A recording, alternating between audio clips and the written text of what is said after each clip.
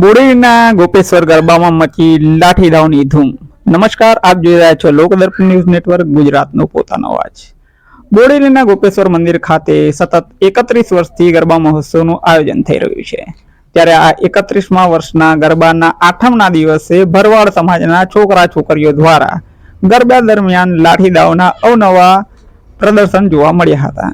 તેઓના જણાવ્યા પ્રમાણે જેમ રાજપીપળામાં હરસિદ્ધિને ક્ષત્રિય સમાજ દ્વારા તલવારના કરતબો દ્વારા તલવાર આરતીનું આયોજન થાય છે, તેમજ આ વર્ષે અમારા ગોપેશ્વર મહોત્સવને 31મા વર્ષ નિમિત્તે અમોએ પણ આઠમના દિવસે અમારા ભરવાડ સમાજની એક આખી ઓળખ કહી શકાય એવા લાઠીદાવ સાથે મા જગદંબાની આરાધના કરવાની કોશિશ કરી છે.